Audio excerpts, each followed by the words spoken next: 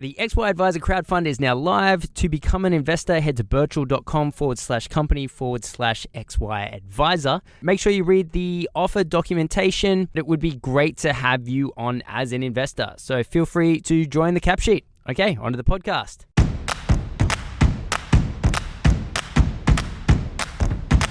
Welcome to the XY Advisor podcast. To join a global community of financial advisors sharing and learning with one another to drive the positive evolution of financial advice, head to xyadvisor.com.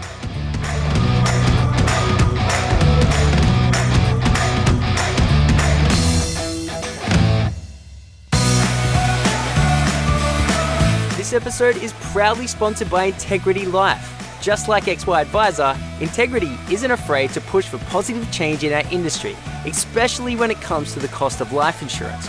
Right now, many Australians are underinsured, but Integrity is working to change all that with sustainable pricing and discounts that last as long as the policy. Next time you need a quote, why not give Integrity a try? Head to integritylife.com.au/XY.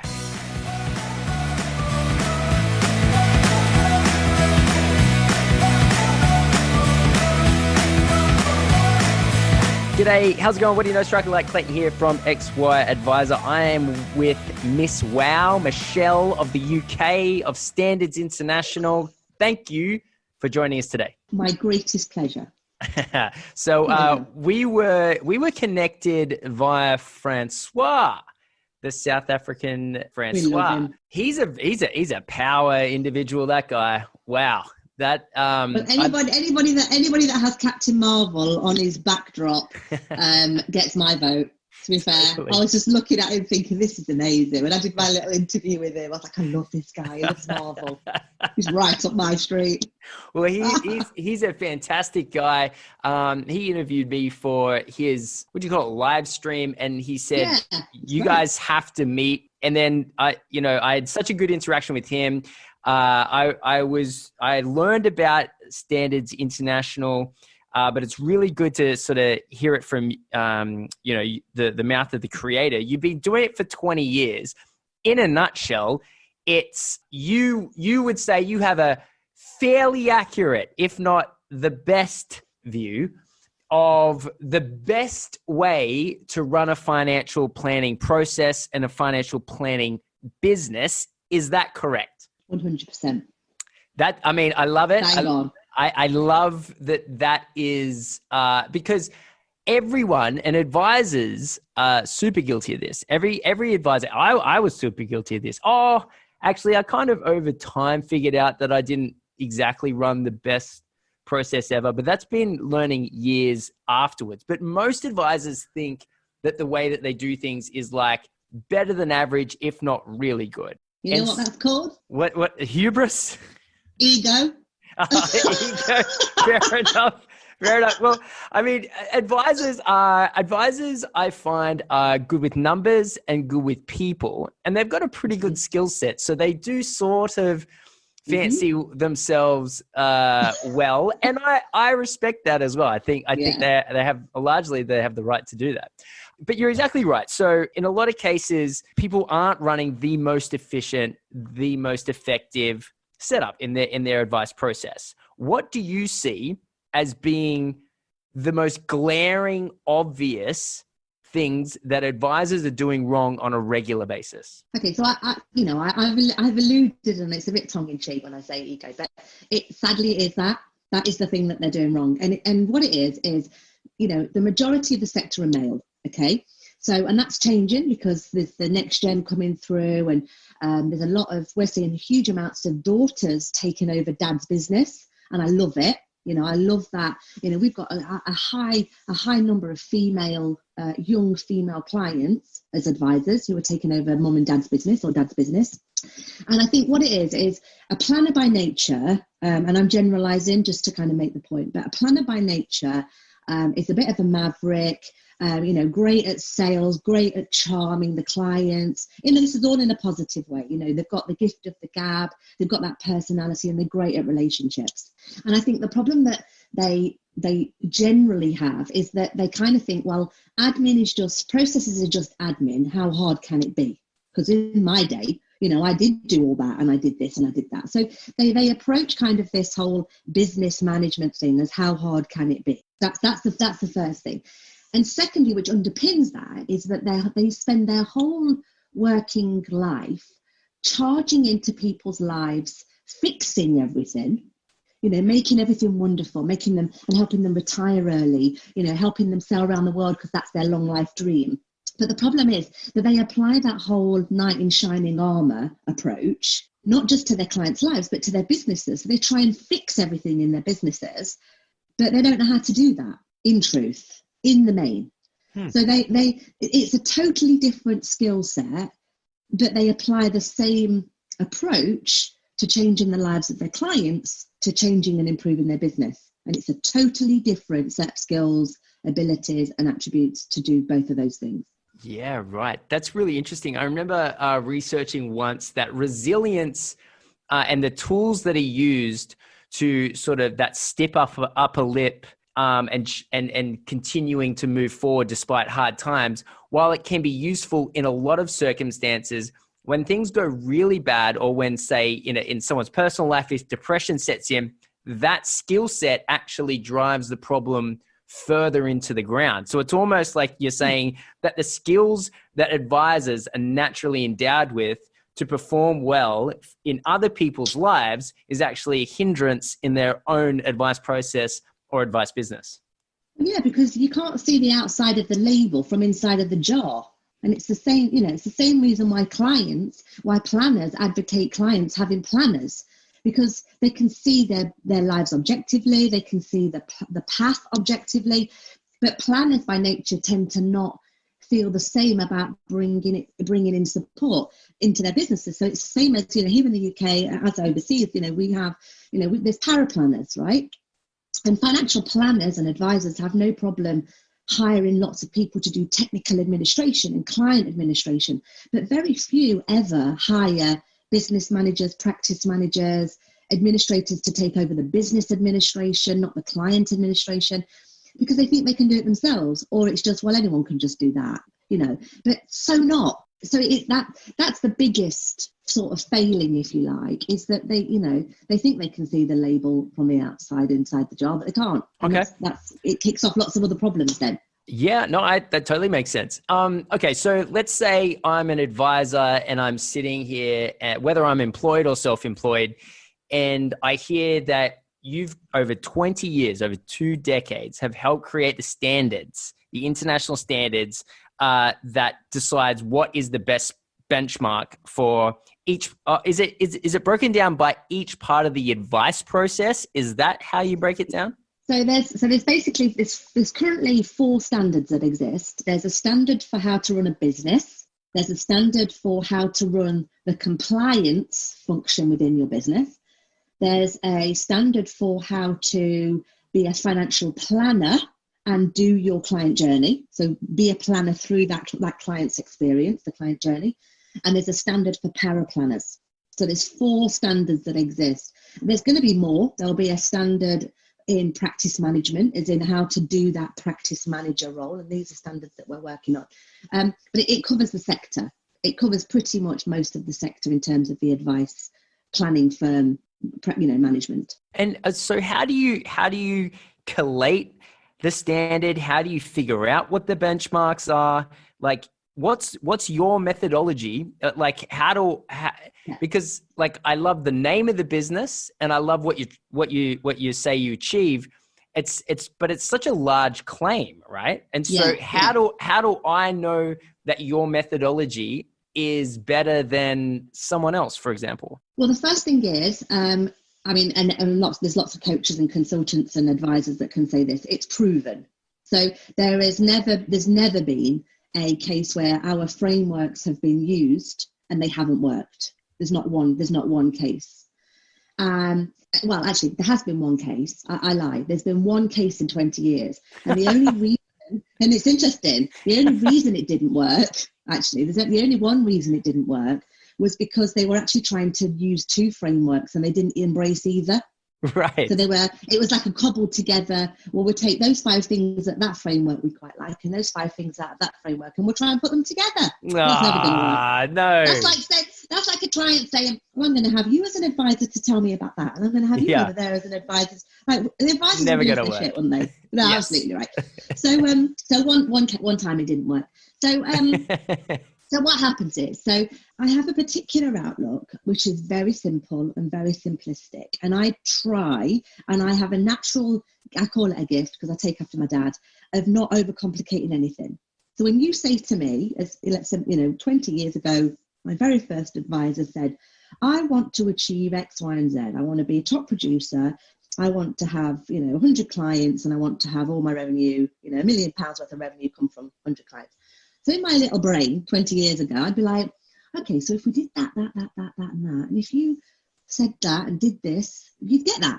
So I can do that in my brain. And weirdly, flowcharts pop up in my eye now, because awesome. I'm trying to, I'm that person, right? Cool. I'm that person.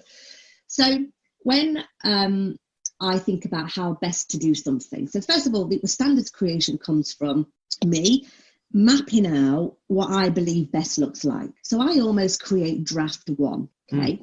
And this is in anything. This is in any, whether it's a practice manager, whether it's in compliance, whether it's in power planning, whatever. Then we form a committee and we pull from all across the sector, consumer groups, ethics groups, professional bodies, industry bodies, policy makers, the regulators, practice principals, power planners, practice managers. We pull from the whole sector globally. So these committees are created. What we then do is we formulate that committee, we vet all these people that join these committees, and we give them a brief. The brief is we want to create the best framework for power planning, for example. So everyone signs up for it and they go, yeah, we pledge allegiance, we promise to do our best and solemnly do declare and all that. So we do that. And then these committees basically contribute, add their country's input, they give their own personal thoughts, and we review these standards as a committee. And we say, is that valid? Does that work? Is that robust enough? Does that framework, is it proven? And this goes on for ages and ages. And we facilitate that discussion. We are the hosts of. But really, after the initial draft, we as the standards body we have no more of an active part in the design of that standard than any other representation on that committee. Because it's not, oh, well, we say this, you have to agree with us. Sometimes we are absolutely sideswiped and they go, absolutely, Michelle, that's never going to work. And we go, okay, actually, what does everyone else think?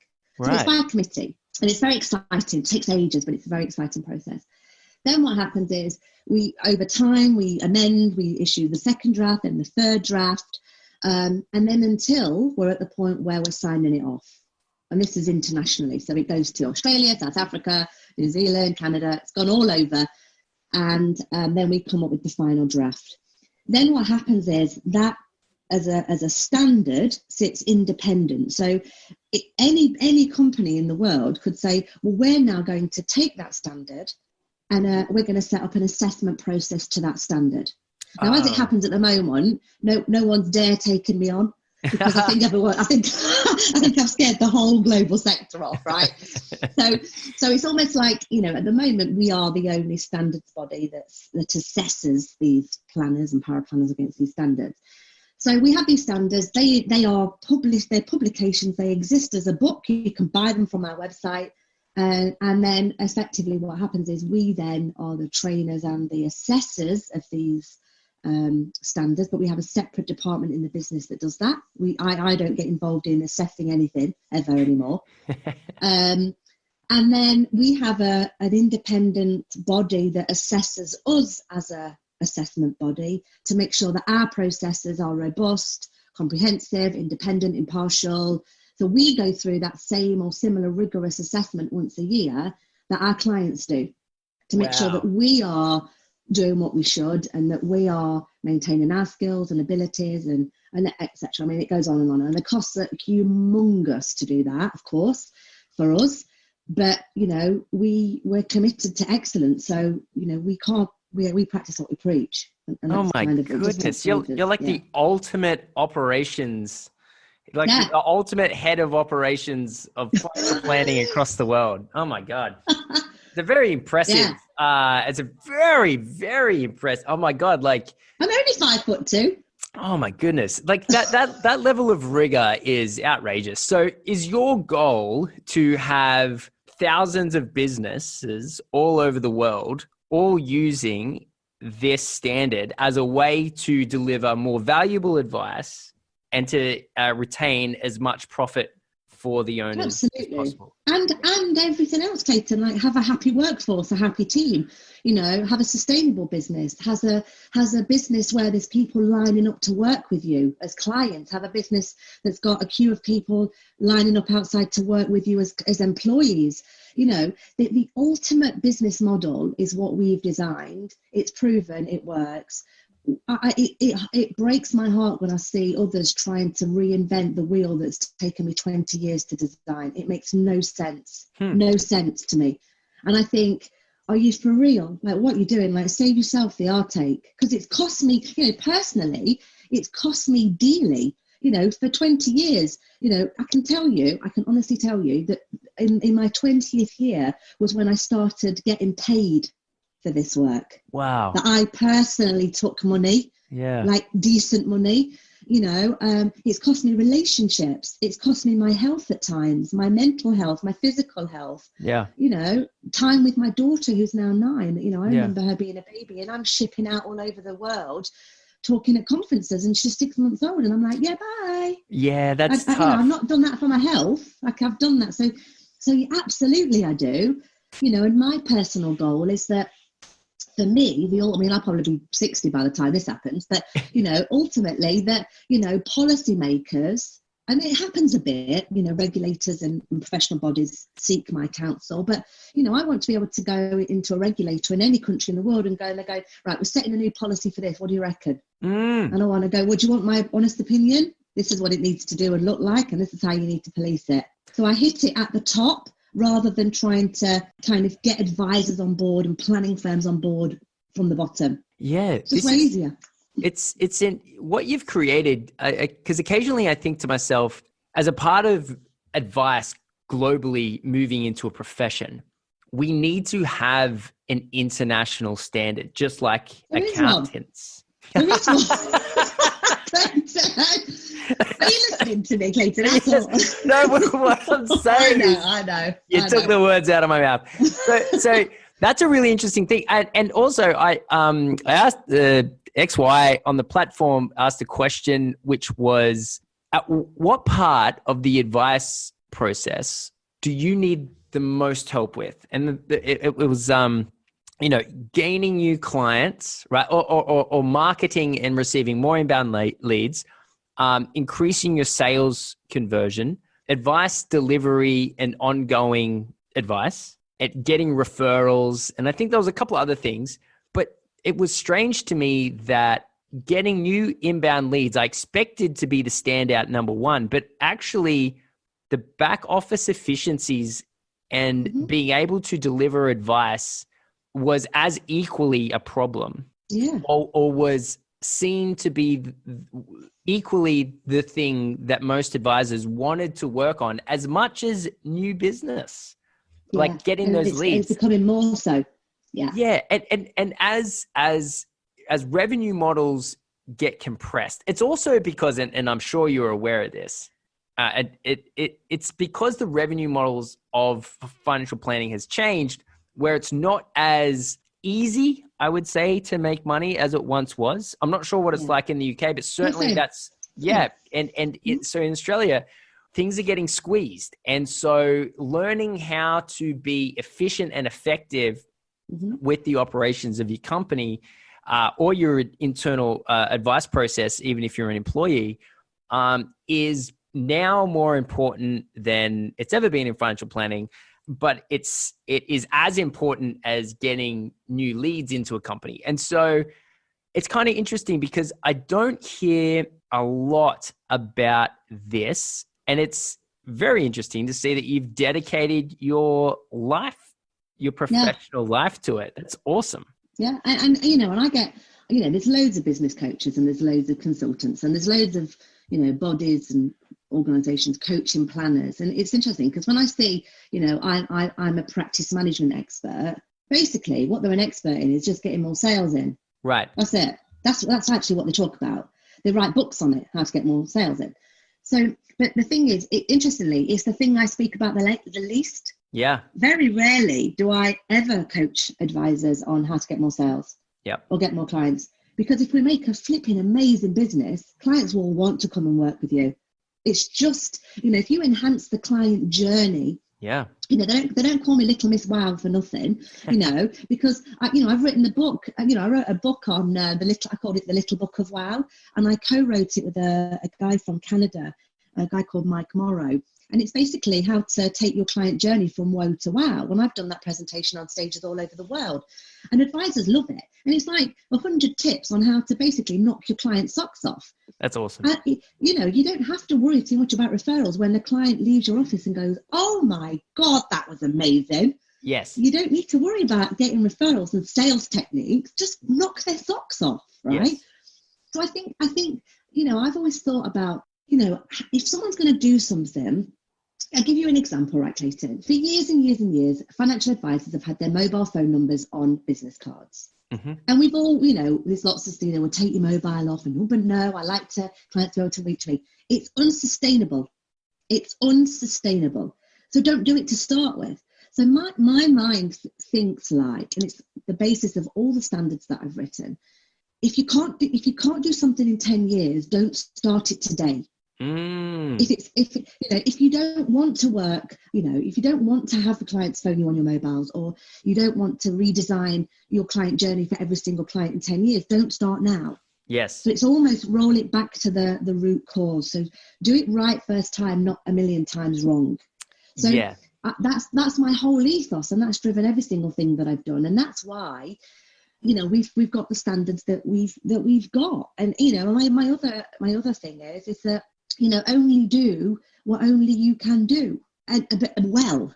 It's the whole unique ability. Dan Sullivan, strategic coach, everybody talks about it, but only do what only you can do. The rest, the second you've got $1, pay somebody else to do it, and don't think you can do everything. And that's been the ethos of my whole professional life, and why everything that we've designed, if you can't do it in 10 years or don't want to do it in 10 years, certainly don't start doing it today. Just don't. Yeah. I always get scared when I see someone's value prop as being contact me anytime kind of thing. I just think, you actually don't want to do that. I've gotten to a point in my career where if I don't have someone's number in my phone, phone book, or whatever you call it in your phone, the call can't even get through. Absolutely. And so, Absolutely. and the reason I got to that point is because, you get these spam callers, right? And I was so sick of receiving these spam callers. And I said to one of them one day, they said, can you please take me off the list? And they said, no, it's your responsibility to change your phone number. And I was like, has it gotten to this point that like these people are just going to permanently call me unless I change my phone number?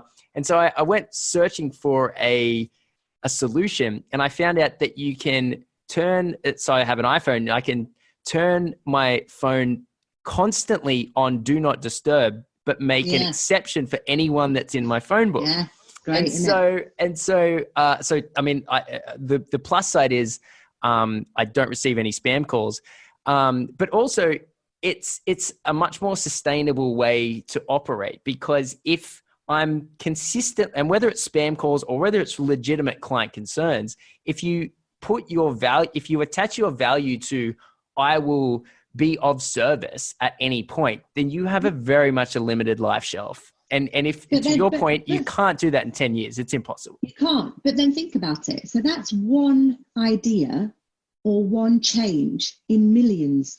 Yeah, but it's a huge one. So absolutely. But the point I'm making is that when we design these standards and these frameworks have been put together, we've thought all this through, and we've designed it in, just do this.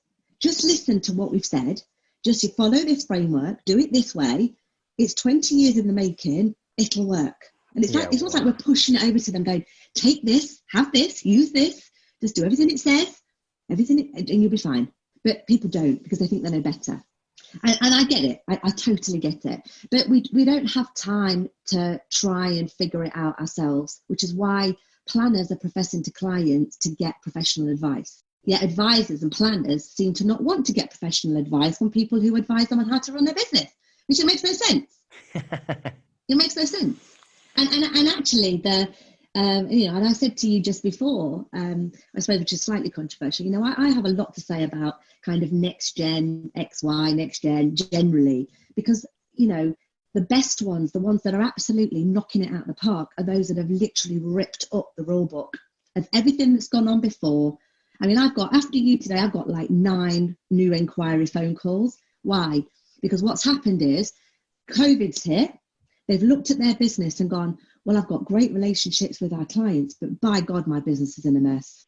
Team aren't producing, can't work from home, systems aren't set up, efficiencies aren't there. And I've got 9 phone calls after yours. I'm going to be deaf by like 9 o'clock tonight, right? Whoa. But it's because they're all new, all brand spanking new potential firms who have gone, yeah, this isn't working, is it? Wrong people in wrong roles, no processes in place, and. And I'll say the same thing to all of them. Just follow this structure, recruit like I tell you, hire people this way, hire these types of people for these types of jobs in these roles, you'll be fine. It's been done. It's been done already. Totally rip up the rule book and start again. So when you say rip up the rule book, what do you mean by that? I mean, all those kind of like, well, if I tweak this, and we used to do that 20 years ago, and yeah, but now, they used to take commissions. We should now just charge fixed fees. But there's more to it than that. We should add this into our client journey because, we think that that's a good idea. How about actually start your whole client journey from scratch, design it from scratch, top to bottom? Well, we like these types of clients, but we want them to have a bit more money. How about redesign your whole client profile from scratch, your way? Don't worry about what he's doing down the road or what that guy in that mastermind group's doing. What do you want to do? What's your authentic self, your authentic proposition, your way? So often I get planners, advisors of all ages going, well, so-and-so is doing it like this and I like that, and I'll try and copy it. No. Stop worrying about what everyone else is doing. What do you want to do? What's authentically your gut instinct, what you want to do? And of course we have to follow the rules in terms of the regulations and all that. That's fine. But the benchmarks are low, really. So there's huge amounts of scope above what the regulators and the professional bodies want from planners and advisors and their businesses. So actually there's a huge amount of space for creativity, really. It's just, as a planner today, you guys are so busy focusing on what they have to do, then can't do. They're missing what they are required to do, but then can do to make that better. Because they're so exhausted by what we can't do, must do, almost like the rules. They focus too much on, the compliant requirements than actually the valuable requirements, the stuff that can be really, where the creativity comes in. So I almost, I say it a lot, and I would urge me to question anybody that's listening to this and say, if you were starting your business or your role again, what would you do differently? How would it look? How would your client journey look? What would your fee proposition be? What type of clients would you work for? Would you hire Doreen who sits in your office, typing with a Pearl and Twin set outside doing your audio typing, Doreen out there?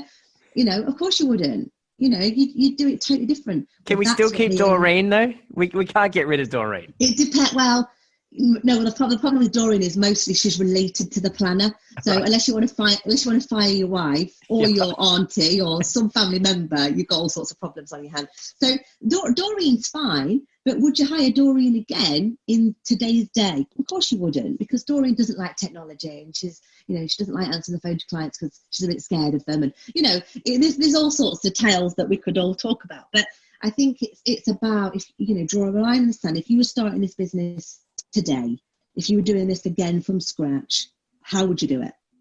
That's when I get excited. That's when my juices really get all kind of sparkly and my jazz hands start coming out then. No, it's a great concept to think about. I got to ask, this is such a labor for you. The way that you talk about it and the amount of time you've been working on it. where does this passion come from? What on earth happened to you as a teenager that you decided that you're going to spend your entire professional life in sorting out financial planners? So it's a very interesting question. I think I'm totally insane, Clayton, if I'm honest. Right? I think I absolutely lost the plot. Okay, so I said to my team, January 2020, and it was a very serious conversation. And I said, because we, as a team, I mean, everyone says their teams work really hard, and they do. However, the difference for my team is that I said to them, and I said it very seriously, I said, guys, I said, you do realise that the fruits of our labour and our impacts probably will never be realised until we're all dead. Holy dooly. Right?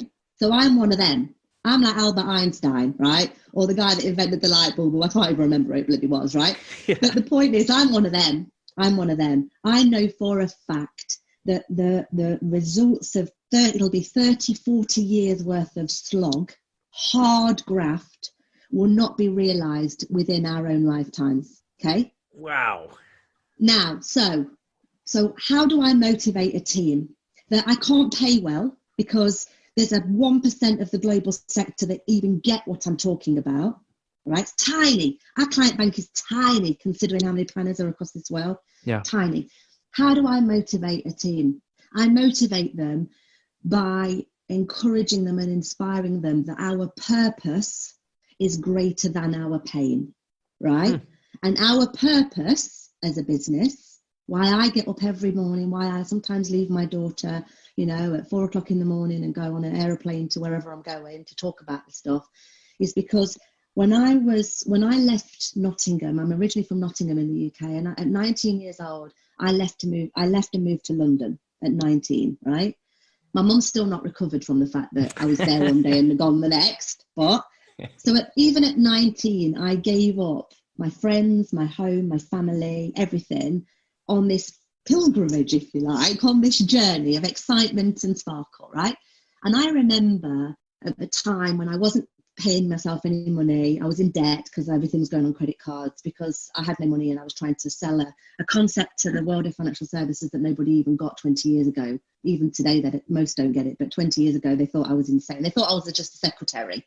Like I would stand on stage and honestly, I would sit in a room and they'd go, so what do you do? What do you do, young girl? With my sparkly eyes and my great skin at the time. And I was like, I'm a coach. I said, are you a secretary? No, I'm not a secretary. Are you a PA? No, I'm not a PA. Are you an advisor? No, I'm not an advisor. So what are you? Right, you're not listening to me, are you? Like this conversation's going nowhere.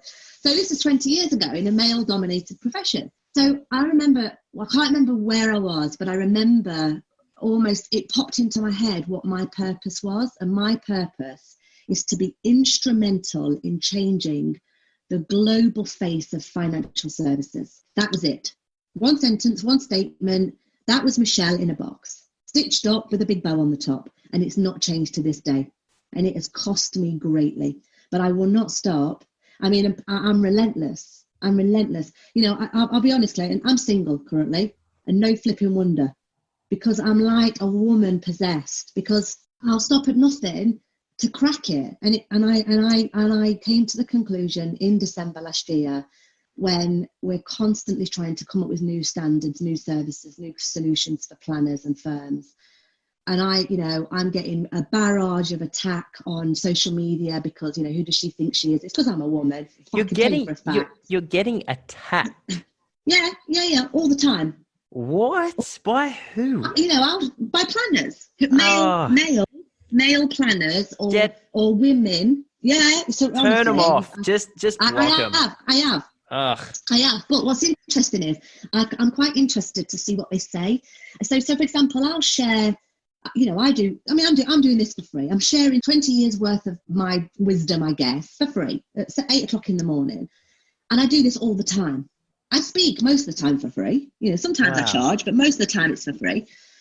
And I get, I'll share an article I've written for free, right? Yes. Or a white paper I've written for free in these groups. And they'll say, I thought advertising and promotion was not allowed. And I respond with, are you for real? Are you for real? Like, I've only just started paying myself a wage. Yeah. Right. 20 years on. So I'm interested in what they say, but I think it's because, and the worst actually was interesting. So the worst barrage I got was from paraplanners when we designed the paraplanner standard. But it was interesting who I got it from, because they were like, well, we are the best paraplanners in the UK and we know what paraplanning should be done. And I'm like, says who? You I know for a fact your process is pretty shite. So, so let's talk later. So it is interesting, but that I'm not bothered about. But it has cost me, I work hard, I put the hours in. And I was only having a conversation with my daughter the other day, and I turned to her, we were driving along, and I said, Ruby, you would be insanely mental not to take over Mummy's business, because I've done all the graft.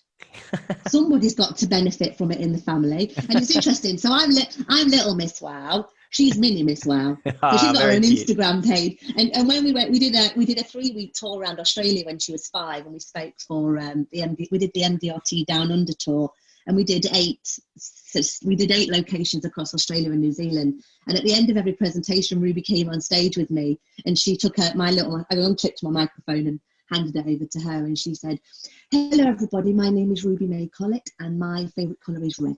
And she was 5. So the Aussies love Ruby. So she's really Miss Wow. So, she's already experienced, and, over lockdown, she's been involved in team calls, and, she's heard me on the phone, and she's been in my meetings with me, and she's loved it. And I literally said to her the other day, she's like, I want to be a teacher. I'm like, nah, you don't. Stop that. Like, like, honestly, I've worked tirelessly for 20 years. Please, I hope you get all the benefit, because somebody in the family has to, because I will not, but I won't stop. I mean, I'm passionate about it. I could honestly, Clayton, like, if we were recording for 9 hours, I would not shut the hell up. I would just keep going. I've got so much stuff. So basically then the result of these standards should be that each of the professional associations across the world should have this as a part of their education. Absolutely. It's the global These are, in summary, global benchmarks of excellence. Excellence in business, excellence in compliance, excellence in planning, excellence in paraplanning. That's how they're written. That's what they are. Yeah. They're standards of excellence. And are they updated very often? We do update them very often. So the paraplanning standard was launched May 2018, and that will go for a redraft review. It'll probably kick off about January for another version in 2021. And the other standards are the same. So one of the newest, it's interesting because I don't know if you've ever come, I think Amanda Cassar. Yes. I think you were going to interview her recently, but I think she rained off for some personal reasons. But so I met Amanda and it links into the question about reviewing and updating. Yes is the answer.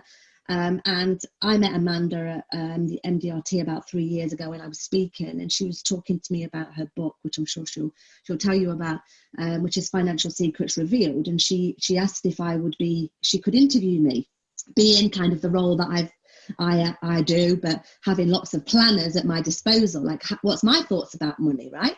So she interviewed me, and then we got chatting after, and she told me about a lady called Tanya Target, who was a victim of financial abuse, who she also interviewed for her book. Well, I was just absolutely fascinated by the story, because Amanda interviewed Tanya, and it was all about how she'd escaped an abusive relationship, and she had a 9-year-old at the time, which was pretty much kind of how old my daughter was. And Tanya effectively was financially abused by her partner. She escaped this abuse, but really the only way that she could really set herself up was by siphoning money to buy food cards, where she would then hide at a friend's house, so that when she finally decided to leave this abusive relationship, she could feed her and her daughter. Well, I was hooked. Honestly, Clayton, I was absolutely hooked, okay? So I said to Amanda, I need to know more, because I want to, and it, straight away, I kicks in, right? And I go, well, I want to make sure that every single planner I know in the world is knowing how to spot this in their client relationships. So my brain now, I don't sleep for days then. My brain's like, oh my God, how can we do that? So I do this. So what we launched in July was the financial abuse standard. Wow. So we've now got a specialist certification training program for planners all over the world on how to understand, spot, deal with, support cases of financial abuse. Done. 1 year, done. Unbelievable. No messing. Yeah. So again, drafted, sought counsel.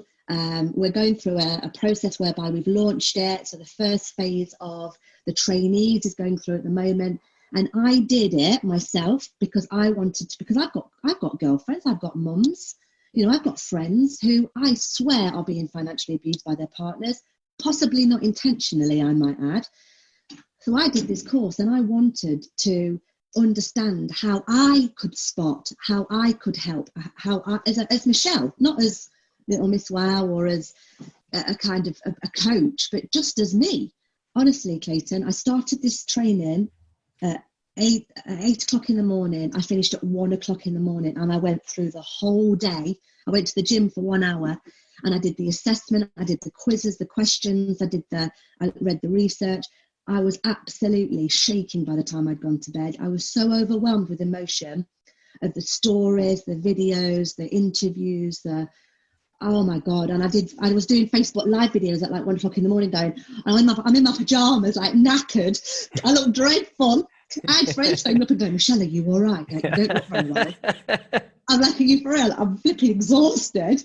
But I've submitted all of my evidence independently to my other team in the business, and they will check all of my submissions and my processes and all the evidence that I've had to submit to show that I understand it.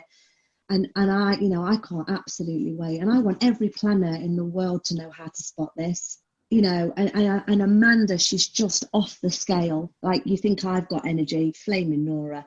Yeah. We've come, one of the things that me and Amanda have worked, Amanda's done the first draft and we're going to be working on it more, is the questions that every planner needs to ask their clients about their relationships, not just with them, with money, but if they're being abused with money, or, and it might not be intentional. It might not be intentional. They might be doing it unintentionally to a partner or to their children. By giving allowances and, well, what have you spent that on? And, well, it's a form of control. It's a form of coercive control, but using money. Yes. And one last thing, because this is the thing that really excites me, is that it's something like in 95% of cases where financial abuse exists, so does domestic violence. How much percent did you say? It's like 95. It's ridiculous. Oh, Jesus it's Christ. Like the majority of financial abuse cases is one sign of domestic and violent abuse, right? So I'm like, oh my God, like this means that a planner sitting in front of a client probably wouldn't be able to spot domestic abuse. Probably not. One, because they wouldn't be looking for it, for starters. They would like, no, my clients don't do that. Like hell they do.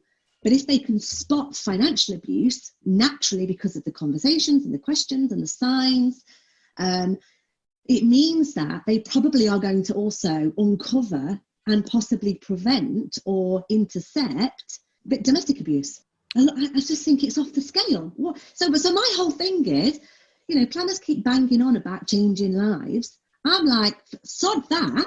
You might save a life, right? This is not just even about, letting them retire early. You might be saving somebody's life, literally from. And I'm very passionate about this because it's new and it's something that I've recently kind of got involved in. But oh my God, Clayton, I'm shaking now just talking about it. I'm so excited about the impact that these things, that every single thing that I do, my team does, the impact and how far we can reach. And I can swear to you on my daughter's life, Clayton, this is not about the money for me. Because if it was, I'd have jacked this in a long time ago, honestly. And that's why I get extremely annoyed when people are like, you shouldn't be advertising your services. Give me a flipping break. You owe me to be able to advertise my services because I haven't been paid for 20 years. Like I take what I need for nothing else, because it's all going back into design and development, never been crowdfunded, never taken a loan, never got into any business debt. It's all been earn, pay in. And it will continue. I'm not going to stop. I've got grey hairs. That's why I've shaved my head. No one can see me, but I've shaved my head because it's just getting greyer. If I have no hair, I can't go grey. That's my motto.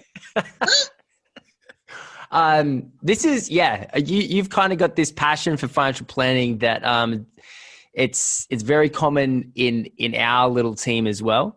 And I totally can see, I think the way that we talk about it is financial planning is too important not to get right and not to be done well. You know exactly what I mean? Right. And so as someone said to me the other day, really just straightforward, that financial planning should be the second most respected profession in the world. And I was like, yeah, I know exactly what you're saying, like after doctors. And I fully agree to that. This is the first time I've had a conversation where I can see the international link between every jurisdiction and how we can probably begin to start looking at it from a legislative lens. Because one of the things we've been working on we've only been working on one thing at a legislative level, but that's kind of going well, and that's tax deductibility, and it's there's people who are far smarter than us that are running with it now. Once we get a positive solution there, my next kind of ambitious goal is to rewrite financial planning at the legislative level. Yeah, and share that same goal. In this country, financial planning is simply just the issuance of financial product, and so that needs to be separated. But then in that separation, there's going to need to be a bunch of frameworks and infrastructure that are brought in to support it. And what you've created is probably the first thing I've ever come across that would look to be something that would bolster the chances of that happening. So while we're wrapping up this podcast now, I want to continue this conversation beyond this podcast because, I'm a big fan of what you're doing. So thanks for coming on. Oh, my pleasure. And, the world is changing. There is a tidal wave and it's not going to stop. The Royal Commissions, it's not going to be the last thing. The RDR here in the UK is not going to be the last thing. The increase in qualifications, et cetera. But what I do know for sure is that those planners and practice principals who have focused on being great businesses, when the Royal Commission hit, when RDR hit, when all these changes globally hit, they are not impacted by them because they've done it right the first time. In the planning and the design of their business and how they do stuff. They're almost, it's like it bounces off them. It slides right off of them. And there are as many, there's planners, we've lost planners to suicide, both in the UK and in Australia, I know. Yeah. Why? Because they didn't look far enough ahead. And that's what I've done. I spent my whole life working. I'm 20 years ahead of where we are today. I know what's coming in 20 years and I'm designing stuff for 20 years. So, if that's my superpower, God, I'm dead happy to share it. And this is an exciting time for you and your community, in the UK and all over the world. It's super, super great time. There's never been a better time to do what planners are doing, advisors are doing, because clients need it more than ever in life. Just horrific. So yeah, my pleasure, Clayton. Excellent. All right. Well, thank you very much for your time once again. Enjoy the rest of your day. I know it's a big one. So all the best. Thanks.